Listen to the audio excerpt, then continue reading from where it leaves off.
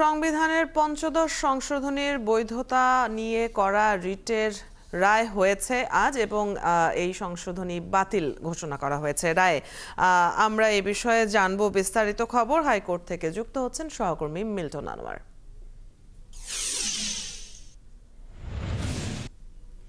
Milton, এর আগের সংবাদ সংযোগে আমরা যখন কথা বলছিলাম তখনও রায় হয়নি। এখন রায়ের পর যেহেতু এই সংশোধনী বাতিল হয়েছে, সেক্ষেত্রে পরবর্তী আইনি প্রক্রিয়া কি হবে, কি জানতে পেরেছেন?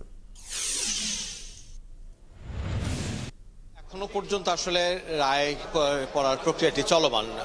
হয়তো রায়টি বাতিল হবে, কিন্তু এখনো পর্যন্ত রায় বাতিলের যে আনুষ্ঠানিক ঘোষণা, সেই ঘোষণা কিন্তু আসেনি।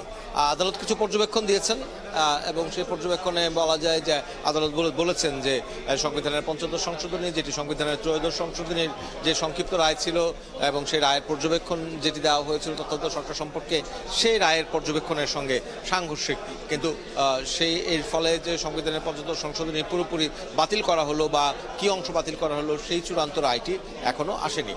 এবং আপনি জানেন যে সংবিধানের পঞ্চদশ সংশোধনীতে সেখানে মোট 55টি সংশোধনী আনা হয়েছিল সংবিধানের ছোট বড় সব মিলিয়ে, এবং যার মধ্যে গুরুত্বপূর্ণ ছিল সংবিধানের ত্রয়োদশ সংশোধনী বাতিলের ফলে বাতিল হওয়া তত্ত্বাবধায়ক সরকার ব্যবস্থা যে বাতিল হয়ে গিয়েছিল, সেই তত্ত্বাবধায়ক সরকার ব্যবস্থা বাতিল করা। এবং এই সংবিধান সংশোধনীর মাধ্যমেই কিন্তু শেখ মুজিবুর রহমানকে জাতির পিতা হিসেবে স্বীকৃতি দেওয়া হয়েছিল। সংরক্ষিত নারী আসনের সংখ্যা 45 থেকে বাড়িয়ে 50 করা হয়েছিল। ধর্মনিরপেক্ষতার আদর্শ, যেটি অষ্টম সংশোধনীতে যেটি বাদ দেওয়া হয়েছিল, সেটি আবার ফিরিয়ে আনা হয়েছিল। এবং সেই সঙ্গে যারা অবৈধভাবে ক্ষমতা দখল করবে তাদেরকে বিচারের আওতায় আনবার বিধানও কিন্তু এই সংশোধনীতে সংযোজন করা হয়েছিল। ফলে এখানে আজকে যে রায় হচ্ছে, সেই রায়ে যারা আবেদনটি করেছিলেন তাদের মূল যেই প্রসঙ্গ, সেই প্রসঙ্গ ছিল তত্ত্বাবধায়ক সরকার ব্যবস্থা পুনর্বহালের।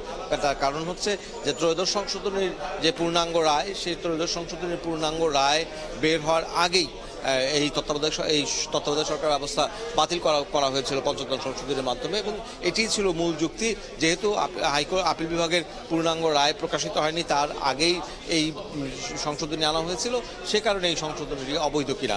কিন্তু এর সঙ্গে আরও অনেকগুলো বিষয় যুক্ত আছে, যে আপনি জানেন যে পরবর্তীতে বিভিন্ন রাজনৈতিক দল তারা এই মামলায় যুক্ত হয়েছেন এবং তারা বিভিন্ন নতুন নতুন প্রসঙ্গ অবতারণা করেছেন এবং সেগুলোর শুনানি হয়েছে।